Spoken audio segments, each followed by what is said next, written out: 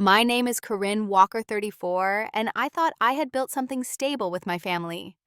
I've been a financial advisor for over a decade using my success to support them, especially my 7-year-old niece Lucy. Today, scrolling through Instagram, I froze. There was Lucy's birthday party happening right now. Everyone was there. Everyone except me. I wasn't invited. I wasn't wanted. If you're watching this, drop a comment saying where you're from and hit that subscribe button. Have you ever discovered the painful truth about your family when you least expected it? I grew up in a middle-class neighborhood in Seattle, where financial stability was always just out of reach for my family. My father Thomas worked as a construction foreman, and my mother Diane picked up shifts at a local diner to make ends meet. Despite their best efforts, money was always tight in our household. My younger brother James and I shared a special bond during those early years. 4 years younger than me, he would follow me around the house, eager to learn whatever I was doing. We built forts in the living room, created elaborate make-believe worlds, and promised to always look out for each other. When our parents argued about money late at night, James would crawl into my bed and I would tell him stories until he fell asleep. Those nights listening to my parents stress about bills planted a seed in me. I promised myself that I would never experience that kind of financial insecurity as an adult. More importantly, I vowed that I would help my family escape it too. I threw myself into academics, recognizing education as my ticket to a better future. While other teenagers spent weekends at the mall, I worked multiple jobs throughout high school. Babysitting on Friday nights, cashiering at the local grocery store on Saturdays, and tutoring younger students on Sundays. Every dollar went toward my college fund. The hard work paid off when I received a partial scholarship to the University of Washington.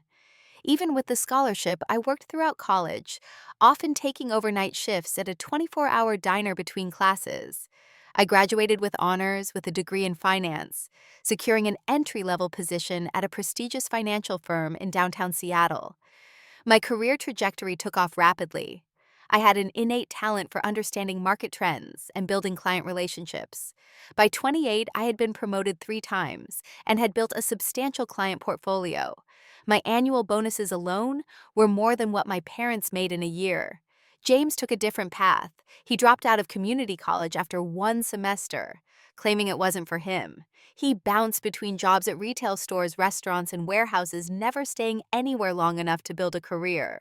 My parents never pushed him the way they had pushed me, seeming to accept his lack of direction as simply his personality. Despite my growing success, my parents continued to struggle financially. My father injured his back on a construction site when I was 29, reducing their household income significantly. Their mortgage fell behind and credit card debt accumulated. Without hesitation, I stepped in to help. What started as occasional assistance gradually became regular financial support. First, I paid off their credit card debt. Then I started covering their mortgage payments. Soon I was paying for their cell phone plan streaming services and even their groceries. When their air conditioning unit broke during a particularly hot summer, I replaced it without a second thought. James needed help too. When he met Amanda 6 years ago, they moved into an apartment they could barely afford. After Lucy was born, they struggled even more. I co-signed for a family-sized car, making the monthly payments when they consistently fell behind. I covered their portion of family cell phone bills, paid for all the streaming services they used, and often sent money for baby supplies and groceries. I adored my niece Lucy from the moment she was born. With no children of my own and a demanding career that left little time for dating, Lucy became my world. I sent her educational toys, books, and cute outfits. For her 4th birthday, I set up an educational savings account for her future college expenses. On weekends when I wasn't working, I would take her to museums, the zoo, and science centers, treasuring her excitement and curiosity about the world. In those early years, my family expressed profound gratitude for my support. Mom would call me crying with relief when I paid off a debt collector. Dad would proudly tell his friends about my career. James and Amanda would send photos of Lucy enjoying the gifts I sent. It felt wonderful to be able to provide the financial security my family had always lacked. Looking back now, I can see that something began to shift about 3 years ago. The thank yous became less frequent. The acknowledgement of my contributions more scarce. Requests for financial help became expectations rather than appeals. But I dismissed these changes, telling myself that family supports each other unconditionally. I never expected anything in return for my help, but I also never expected to be treated as nothing more than a source of income. The first time I noticed something was off was during Thanksgiving 3 years ago. I had spent the day cooking with my mother, preparing all the traditional dishes, plus a few new recipes I wanted to try. As we sat down to dinner, the conversation turned to planning the annual family Christmas trip to our cabin near Mount Rainier. We were thinking of going the weekend before Christmas this year, my mother said, spooning mashed potatoes onto her plate. Oh, that won't work for me, I replied. I have the company holiday party that weekend. How about the weekend after Christmas? Instead, I've already requested those days off.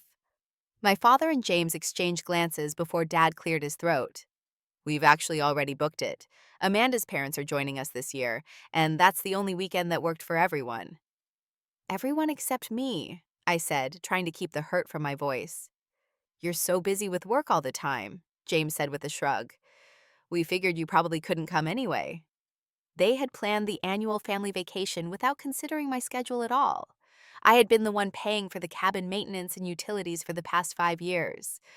I swallowed my disappointment and changed the subject. Later that night, I called my friend Tara to vent. They just assumed I wouldn't be able to make it, I told her. They didn't even ask. That doesn't seem right, Corinne, Tara said. You do so much for them. The least they could do is include you in the planning. They're just not thinking. I defended them. Dad's right that I work a lot. They probably didn't want to bother me. But similar incidents began to occur with increasing frequency. A family dinner I wasn't told about until I saw photos on Facebook. A weekend trip to the coast where they used my cabin but forgot to invite me. Each time I made excuses for their behavior, never confronting them directly about how it made me feel. Meanwhile, my relationship with my brother grew more strained. As my career continued to advance, James seemed to resent my success more and more. What had once been good-natured teasing about my workaholic tendencies evolved into biting remarks about my priorities. Must be nice to care more about money than family, he muttered once when I missed a Sunday dinner because of an emergency with a client. His wife Amanda wasn't much better. Though always polite to my face, she often made subtle comments about my single status. Don't you get lonely in that big house all by yourself? She would ask with feigned concern. Or, it's such a shame you never had time to start a family of your own. These comments stung because they contained kernels of truth. My demanding career had impacted my personal life. My last serious relationship had ended 2 years ago when my boyfriend grew tired of competing with my work schedule. At 34, I sometimes wondered if I had sacrificed too much on the altar of financial security. Yet despite these growing tensions, I maintained a close relationship with Lucy. She was the pure, uncomplicated joy in my life. I would receive video calls from her showing me art projects or demonstrating new skills she had learned. We had special inside jokes and traditions.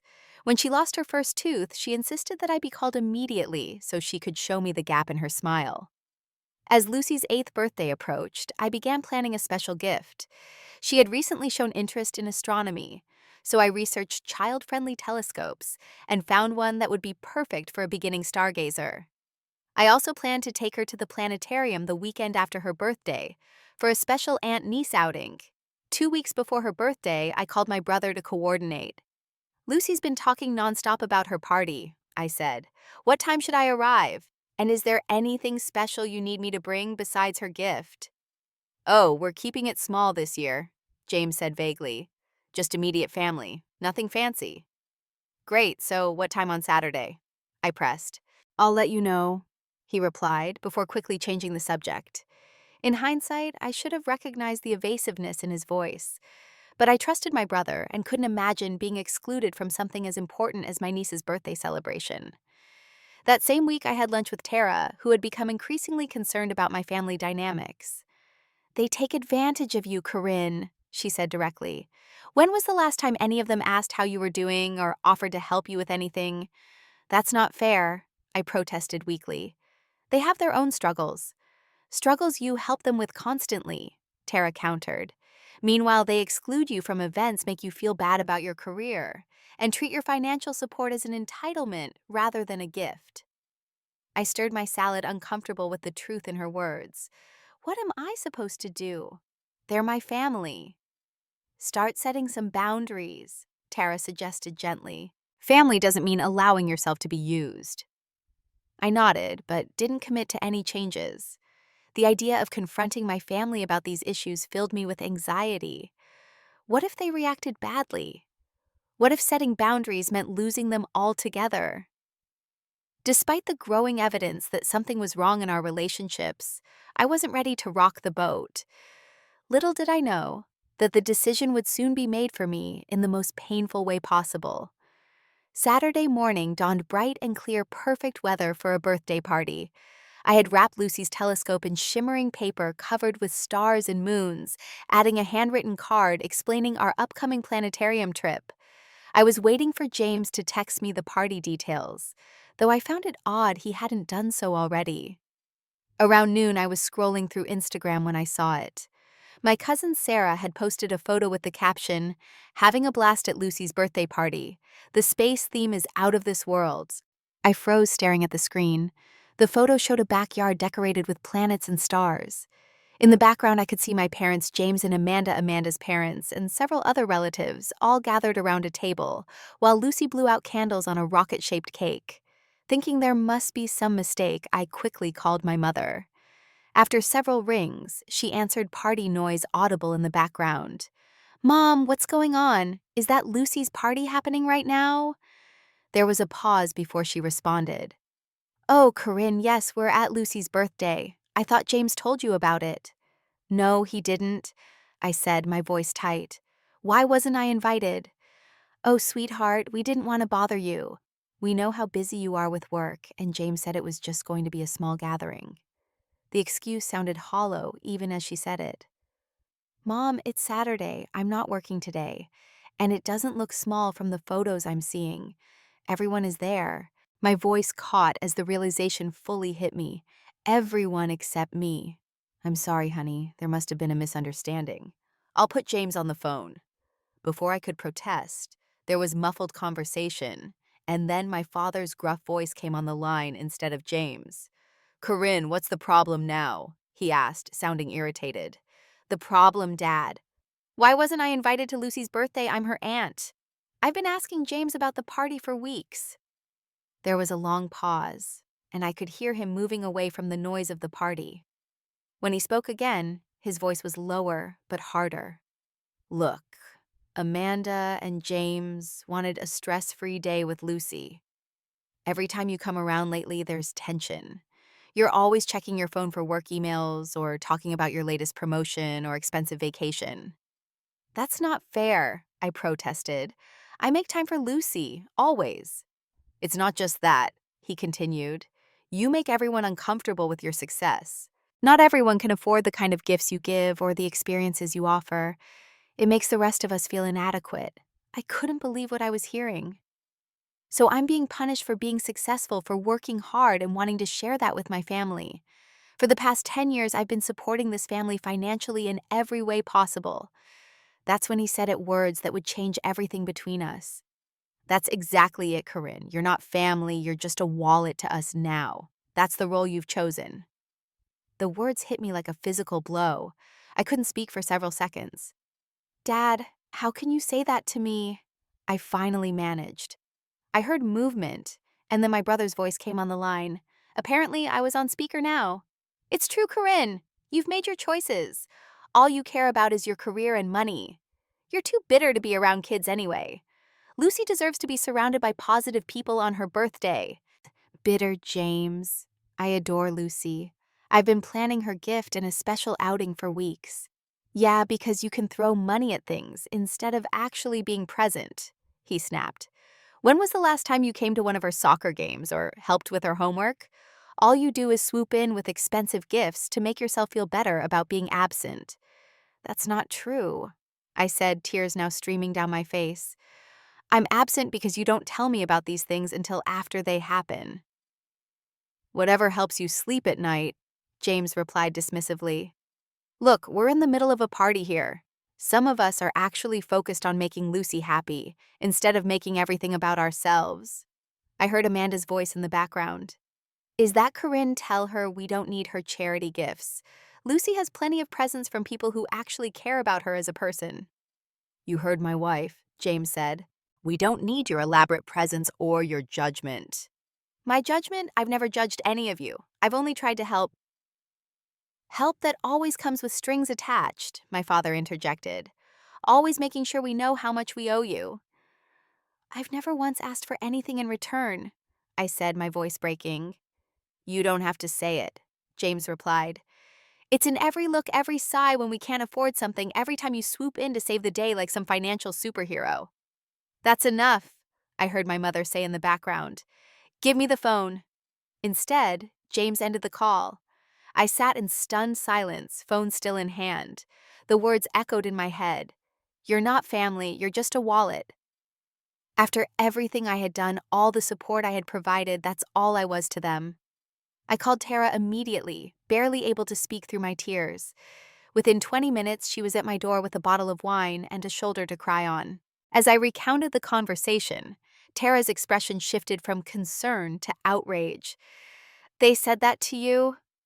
After everything you've done for them? I nodded miserably.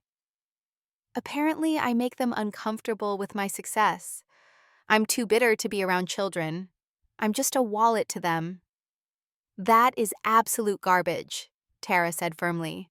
You've been supporting them for years, not just financially but emotionally too. You've never missed an important event when you were actually told about it. What hurts the most is that they've been excluding me on purpose, I admitted. All those times I thought they forgot to invite me to things, they were deliberately keeping me away. Tara took my hand. Corinne, I hate to say this, but they're taking advantage of you. They want your money, but not your presence. That's not how family behaves. I pulled out my phone and opened my banking app. Look at this, I said, showing her my transaction history. Monthly transfers to my parents' account for their mortgage. Weekly transfers to James and Amanda for Lucy's activities. Automatic payments for the family cell phone plan I managed. Subscription services for 4 different streaming platforms my family used. Car loan payments for the vehicle James drove. Last year alone, I gave them over $50,000 in direct financial support. I said, the reality of the situation finally sinking in, not counting gifts, vacations, and emergency expenses. And this is how they thank you, Tara said softly, by excluding you from your niece's birthday and telling you you're not family. The pain was transforming into something else now, a cold clarity that straightened my spine. I've been a fool, I said, wiping away my tears. I thought I was helping my family. Instead, I've been enabling them to treat me like an ATM. What are you going to do? Tara asked. I took a deep breath. Something I should have done a long time ago. I'm going to stop being their wallet. The next morning, I woke up with a clear head and a sense of purpose I hadn't felt in years. If my family saw me as nothing more than a financial resource, then I would show them exactly what that meant by removing that resource entirely. I sat down at my desk with my laptop and began systematically untangling the web of financial support I had created. First, I logged into my bank account and canceled all recurring transfers to my parents' account and to James and Amanda's account. Next, I accessed the family cell phone plan I managed and removed everyone except myself, effective immediately. One by one, I went through all the streaming services, Netflix, Hulu, Disney+, and HBO Max, removing the profiles and access for my family members. I changed the passwords to ensure they couldn't log back in. The most significant financial tie was the car loan I had co-signed for James and Amanda. I called the bank to discuss my options. Since my name was on the loan and I had made every payment for the past 2 years, despite James being the primary borrower, I had leverage. I explained that I would continue making payments, but the bank needed to note that I was revoking permission for anyone but myself to access or operate the vehicle until the loan was paid in full. If anyone other than myself attempts to drive the vehicle, it should be reported as unauthorized use, I told the bank representative. Yes, Ms. Walker, since you're the co-signer making the payments, we can add that restriction to the account, the representative confirmed. If the primary borrower defaults or violates these terms, repossession would be the next step. As I worked through each financial connection, I created a detailed spreadsheet documenting every dollar I had contributed to my family over the past decade. The total was staggering, well into the six figures. Seeing it quantified so clearly brought a mix of emotions. Shock at my own financial generosity, anger at how that generosity had been exploited, and grief for the family relationship I had thought existed. Around noon, my phone began to light up with notifications. The first was from my brother. "What the hell, Corinne? Our phones aren't working. The kids are trying to stream movies for the party and all the accounts are locked. Fix this now." I didn't respond. Next came a text from my mother. "Honey, is there something wrong with the phone service? None of our phones are working properly." Again, I chose not to respond. My father was more direct. "Corinne, whatever game you're playing needs to stop. Your mother can't make calls and James can't access the streaming services during Lucy's party. This is childish." The irony of being called childish by the same people who had deliberately excluded me from a child's birthday party wasn't lost on me. Still, I refrained from engaging. By late afternoon, the messages had escalated in urgency and anger. "The kids are crying because they can't watch their movies," James texted.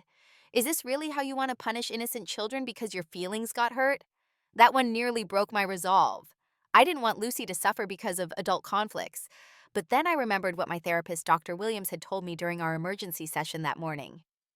"Your brother is using his children as emotional leverage. He's the parent. It's his responsibility to provide entertainment for his children, not yours. If they can afford a big birthday party, they can afford their own streaming services." She was right.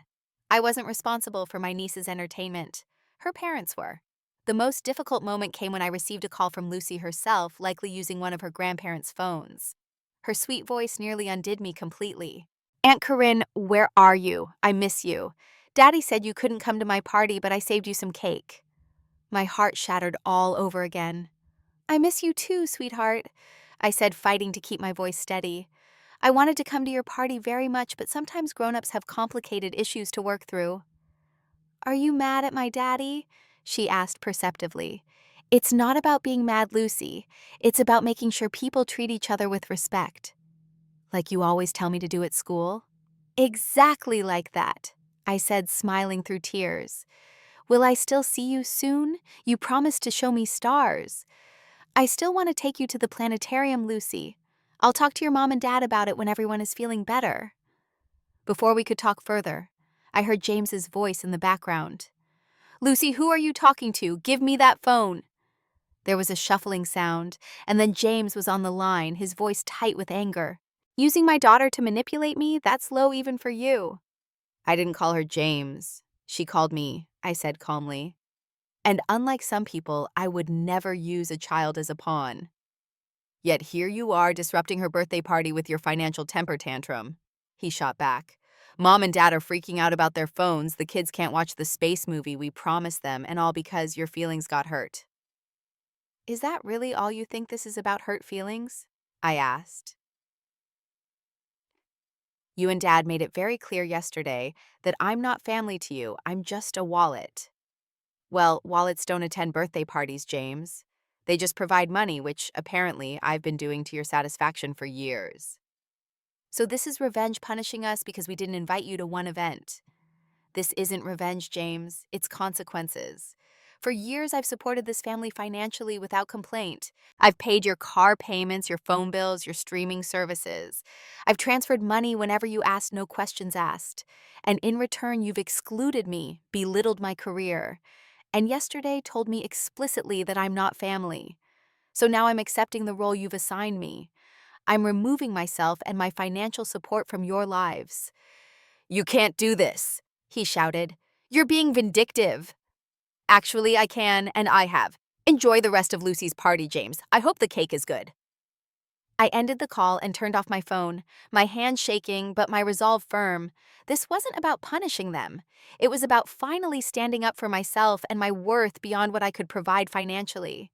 Tara came over again that evening, bringing dinner and moral support. "How are you holding up?" she asked as we sat on my couch. "Better than I expected," I admitted. "It hurts, but there's also this strange sense of relief. Like I've finally put down a heavy burden I've been carrying for years. That's exactly what you've done, Tara affirmed. You've been carrying your entire family financially, and they've taken it for granted. It's about time they learn to stand on their own feet. As we talked, I expressed my concern about being too harsh, especially where Lucy was concerned. I don't want to hurt her, I said. She's innocent in all this. You're not hurting her, Tara reassured me. You're modeling healthy boundaries, which is something she clearly isn't seeing from her parents. And nothing you've done prevents you from maintaining a relationship with her on new terms. I nodded, taking comfort in her perspective. For the first time in years, I was prioritizing my own well-being over my family's demands. It was uncomfortable, but necessary. Little did I know that the real confrontation was yet to come. The next day was Sunday, the second day of Lucy's birthday weekend celebrations. According to the Instagram posts, I couldn't help but check they were having a more intimate family barbecue to continue the festivities. I tried to focus on other things, throwing myself into chores around my house that I had neglected due to my busy work schedule. Around 2 in the afternoon, my doorbell rang. Peering through the peephole, I was surprised to see Lucy standing on my porch with my mother. I opened the door cautiously. "Aunt Corinne," Lucy exclaimed, throwing her arms around my waist. "I brought you cake and I wanted to show you my telescope. Grandpa got me one just like the one you showed me in the catalog." My eyes met my mother's over Lucy's head. Her expression was a mix of guilt and placation. "Lucy insisted on bringing you cake," Mom explained, "and she wanted to thank you for teaching her about stars. Apparently, the telescope Thomas got her was based on your recommendations." I invited them in, unable to refuse Lucy despite my reservations about my mother's presence. While Lucy chattered excitedly about her party and her gifts, Mom pulled me aside in the kitchen. "Corinne, whatever point you're trying to make, isn't it time to let it go?" The phone service being cut off is one thing, but all the streaming services too. And now James says there's some issue with his car. "I'm not trying to make a point, Mom," I said quietly, not wanting Lucy to overhear. "I'm establishing boundaries. You all made it clear that I'm just a financial resource to this family, so I'm removing that resource." "That's not fair. You know your father speaks without thinking when he's upset." "This isn't just about what Dad said," I countered. "It's about years of being taken for granted, excluded, and then insulted when I dare to question it. You all had a family celebration and deliberately didn't include me. That speaks volumes." "We thought you'd be busy with work," she tried again. "Stop it, Mom. Just stop. You didn't ask if I was busy. You assumed, or rather used that as an excuse." James and I talked about Lucy's birthday multiple times in the weeks leading up to it. He intentionally kept the details from me. My mother sighed, looking older than her 62 years. "What do you want from us, Corinne?" "An apology." "Fine. I'm sorry we didn't invite you." "What I want is respect," I said firmly. "Not just empty apologies when you need my financial support back. I want to be treated like a valued member of this family, not an ATM you can access whenever you need money, but ignore when it comes to actual inclusion." Our conversation was interrupted by the sound of screeching tires in my driveway. Looking out the window, I saw James leaping from his car, his face contorted with rage. Dad was in the passenger seat looking equally angry. "Daddy's here," Lucy said, running to the window. "And Grandpa, too." The front door burst open before I could reach it. James stormed in, pointing an accusatory finger at me. "You called the bank about my car," he shouted. "They just called me saying there's some restriction on who can drive it." "What the hell, Corinne?" "James, not in front of Lucy," I said, calmly, nodding toward his daughter, who was watching with wide, frightened eyes. "Lucy, go sit in the car with Grandpa." My mother intervened, guiding the confused child outside despite her protests. Once Lucy was out of earshot, James unleashed his fury. "You're punishing my entire family because of one missed party invitation. How petty can you be?" "This isn't about the party, James. That was just the final straw. This is about years of taking advantage of my financial support while excluding me from this family." "Oh, here we go with the martyr act," he scoffed. "Poor successful Corinne, so generous with her money but never appreciated enough." Has it occurred to you that maybe people don't enjoy being around someone who constantly reminds them of their financial failures? I have never once brought up your financial situation or made comparisons. I said, my own anger rising. I've quietly paid your bills, made your car payments, covered your phone plan, all without complaint or commentary. You're the one who's made my career a point of contention, not me. Because it's all you care about: money, success, your big house, and fancy vacations. Meanwhile, the rest of us are struggling to make ends meet, and you lord your success over us. Lord it over you by helping you financially at every turn. That makes no sense, James.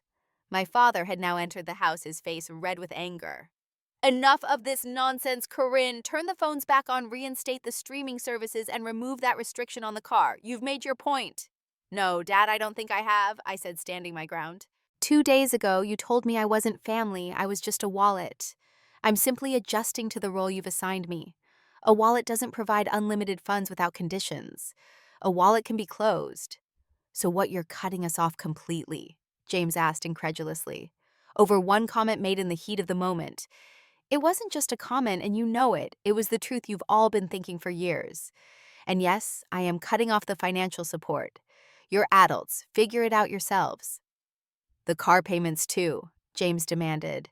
You co-signed that loan. Your credit will be affected if I default.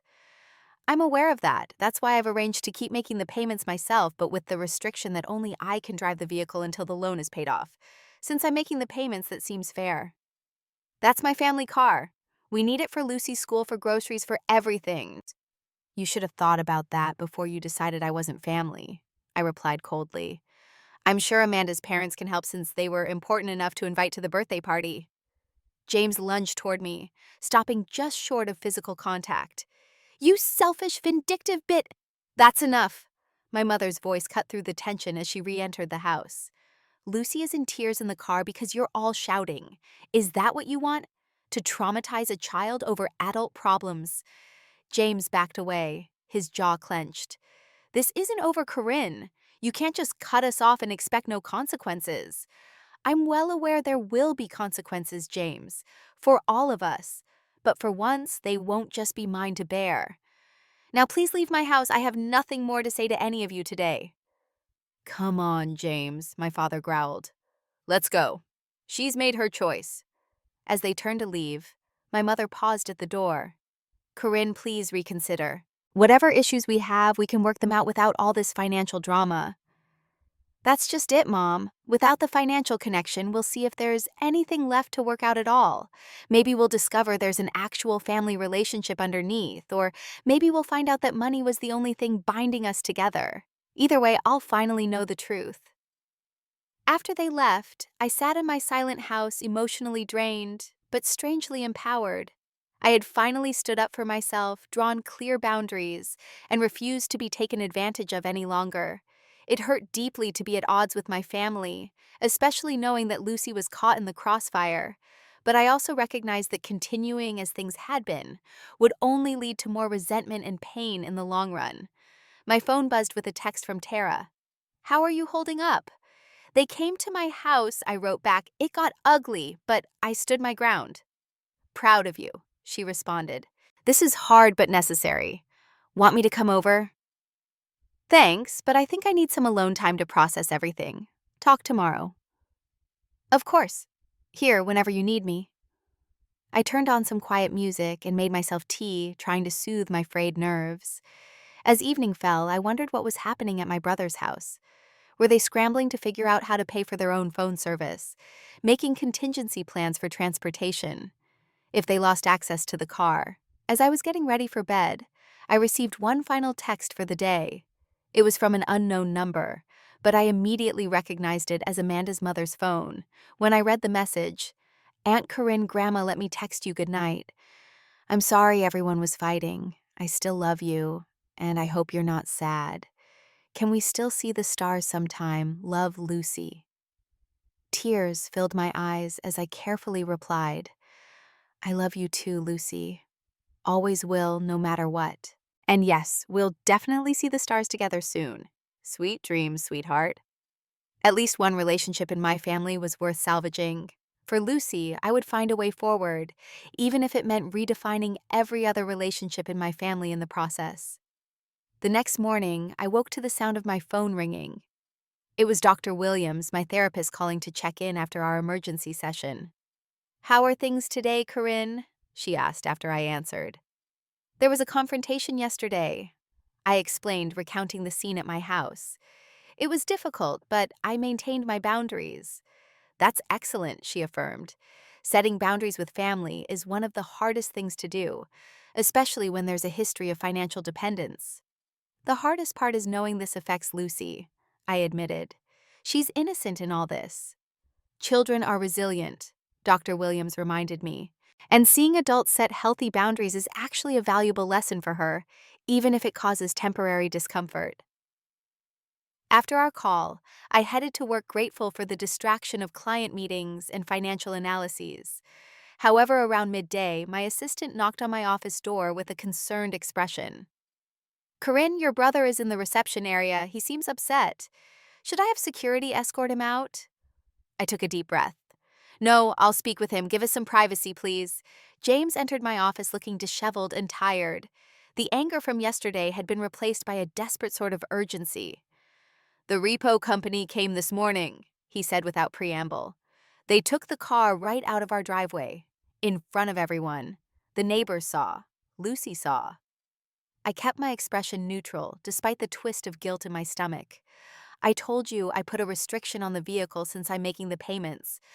But I didn't think you'd actually go through with it. It was our family car, Corinne. How are we supposed to get Lucy to school? How am I supposed to get to work? The same way millions of people do James. Public transportation, carpooling, ride-sharing apps. You figure it out like an adult. He slumped into the chair across from my desk. I can't believe you're doing this to us, to your own family. That's just it, James. 2 days ago, you and Dad made it very clear I wasn't family, I was just a wallet. So, I'm removing my wallet from the equation. It was just words, Corinne said in anger. You know how Dad gets. No, it wasn't just words. It was the truth you've all been living for years. I'm good enough to pay your bills, but not good enough to include in family gatherings. I'm expected to provide financial support without question, but not allowed to be present in Lucy's life in any meaningful way. James ran his hands through his hair in frustration. What do you want from us? A formal apology. Fine, I'm sorry, we should have invited you to the party. It was wrong. This isn't about one party, James. This is about years of taking advantage of my generosity while excluding me from this family. An apology doesn't fix that. So tell me what you want and I'll do it. We need that car back. Mom and Dad need their phones working. We can't afford to replace everything you've cut off overnight. I regarded my brother carefully. That's exactly the problem. You're not here because you value me as your sister. You're here because you need what I can provide financially. That's not fair, he protested weakly. Isn't it? Be honest, James. If I didn't have money, if I couldn't help with bills and expenses, would you have even noticed I wasn't at Lucy's party? Would you care about my presence in your life at all? His silence told me everything I needed to know. I thought so, I said quietly. Here's what's going to happen. I'm not turning the financial support back on. Not immediately, anyway. You all need to experience life without my checkbook backing you up. Maybe then you'll understand what you've been taking for granted. Corinne, please. I'm not finished. I still want a relationship with Lucy. She's innocent in all this, and I love her. So I'll make you one offer. I've set up a direct payment to Lucy's school for her tuition and activities. That won't change. And I'll still take her to the planetarium as I promised if you and Amanda allow it. But everything else, the car, the phones, the streaming services, the monthly transfers, all of that stays cut off until we've had some serious family therapy together. Therapy? James looked incredulous. Dad will never agree to that. Then I guess he's chosen his pride over his financial stability, I said with a shrug. That's his choice to make. Just like it's my choice not to be taken advantage of anymore. And James stood up, his expression a mix of anger and defeat. You've changed, Corinne. You used to care about this family. I still care, James. That's why I'm doing this. Sometimes caring means not enabling harmful patterns. I care enough to want real relationships, not financial transactions disguised as family ties. After James left, I sat at my desk emotionally exhausted, but oddly peaceful. For the first time in years, I had asserted my worth beyond my financial contributions. It was painful and would likely get worse before it got better, but it was necessary. Later that week, I received calls and texts from both parents. Mom was conciliatory, trying to mediate a resolution. Dad was alternately angry and dismissive, claiming I was overreacting. I held firm to my position, reiterating my requirements for family therapy before any financial support would resume. Meanwhile, I continued my individual therapy sessions with Dr. Williams, working through the complex emotions of setting boundaries with family. We discussed my fear of losing my connection with Lucy, my guilt over causing financial hardship, and my grief for the family relationships I had thought existed. Family systems resist change, Dr. Williams explained. When you alter your role in the system, everyone else has to adjust, and that creates discomfort. They're trying to push you back into your previous role because it was comfortable for them. I also joined a support group for people dealing with family financial abuse, where I heard stories that mirrored my own experience. It was validating to know I wasn't alone in my struggles. 2 weeks after the car repossession, I received an unexpected visitor at my office. It was Amanda, looking uncharacteristically subdued. "Can we talk?" she asked tentatively.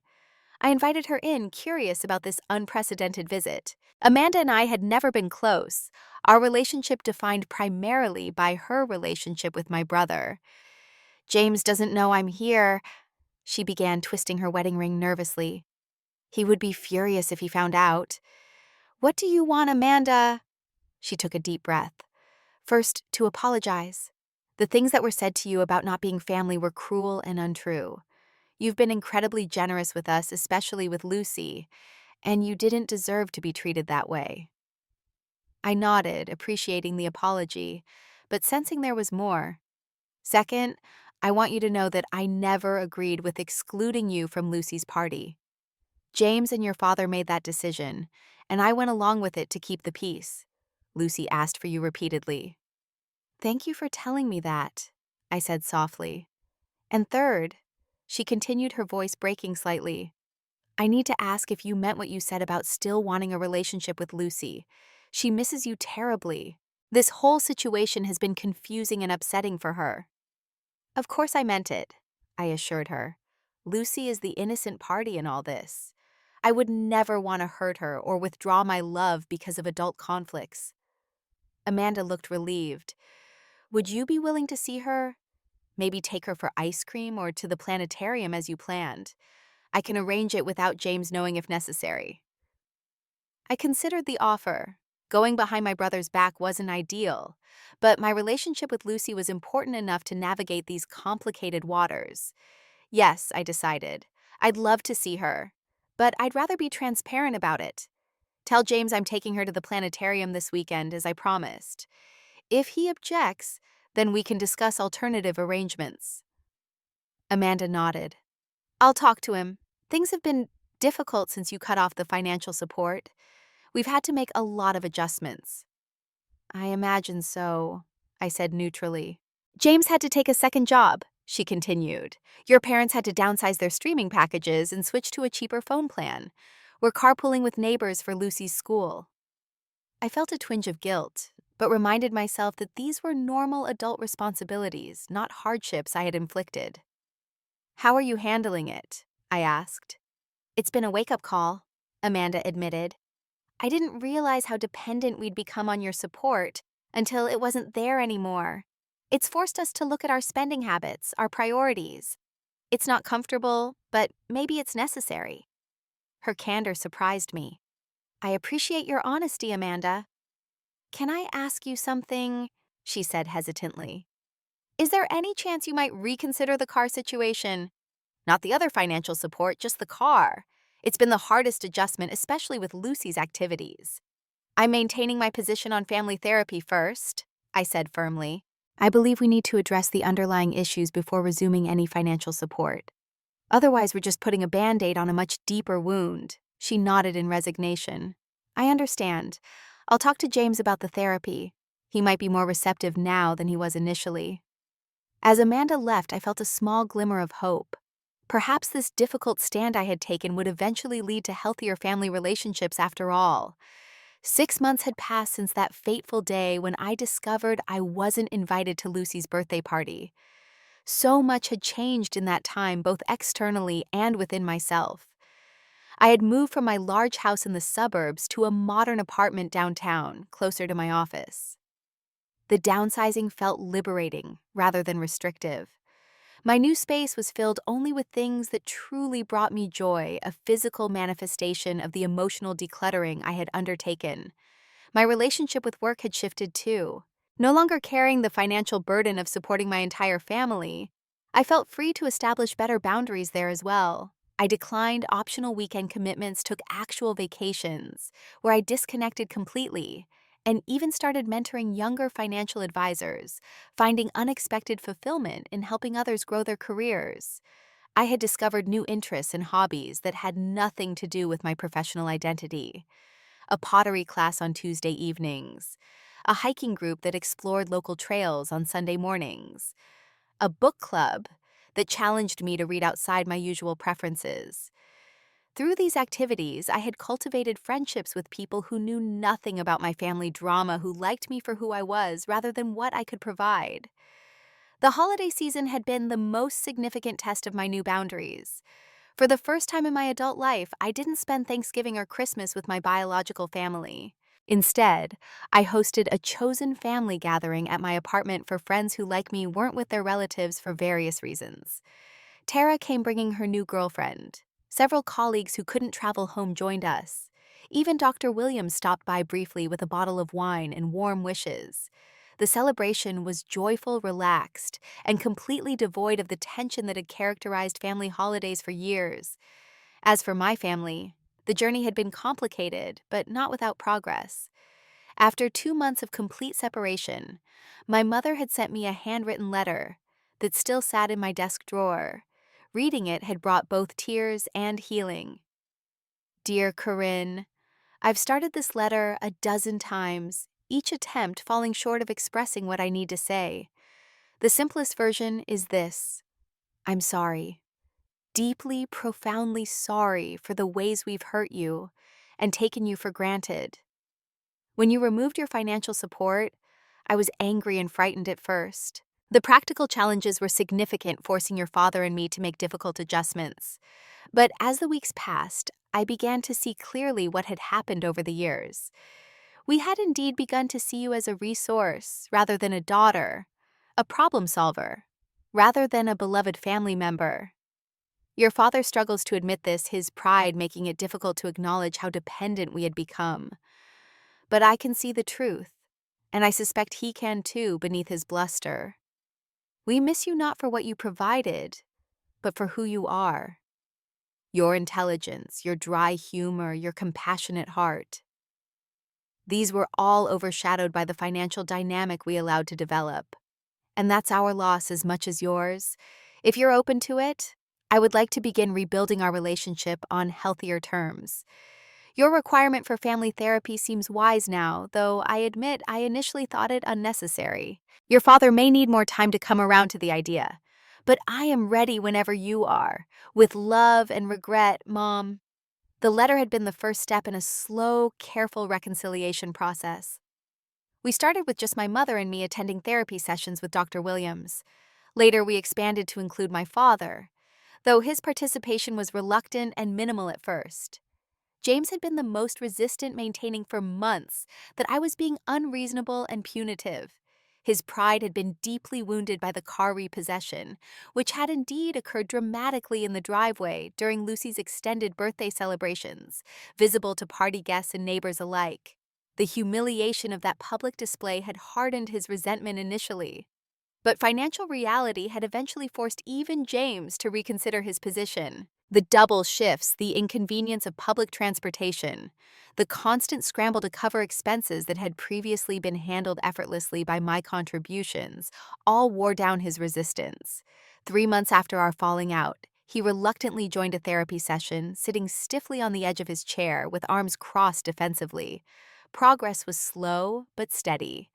We uncovered years of unspoken resentments, misunderstandings, and harmful patterns. My father admitted to feeling diminished by my financial success, seeing it as a reminder of his own perceived failures. James acknowledged his jealousy of my career achievements and his discomfort with being financially dependent on his older sister. I confessed my hurt at being excluded and my frustration at having my generosity taken for granted. Throughout it all, my relationship with Lucy remained a bright spot. After my conversation with Amanda, she had convinced James to allow me to maintain a relationship with their daughter. Our planetarium trip had been a success, Lucy's eyes wide with wonder as we gazed at projected stars and planets. Since then, we had established a routine of regular outings, just the two of us, focused on educational experiences and quality time together. I had created a special educational trust for Lucy that I controlled, ensuring that my financial contributions to her future would be used as intended, regardless of my relationship with her parents.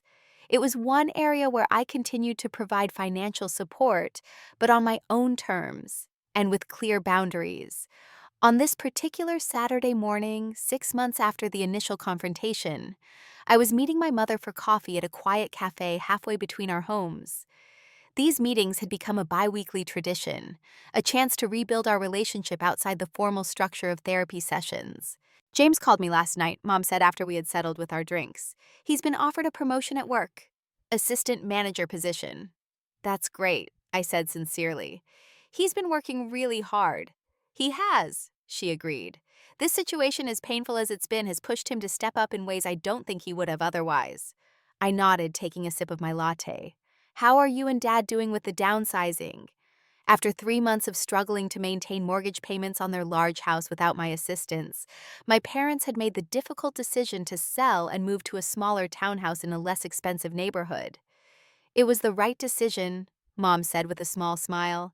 The new place is much easier to maintain, and the reduced expenses have taken a lot of pressure off. Your father would never admit it, but I think he's actually relieved. And how is he doing with everything else? I asked cautiously. My father had been the slowest to acknowledge the unhealthy dynamics that had developed in our family. Baby steps, Mom replied. He asked me yesterday if you might come over for dinner sometime next month. That's progress coming from him. It is, I agreed. I'd be open to that depending on how our next therapy session goes.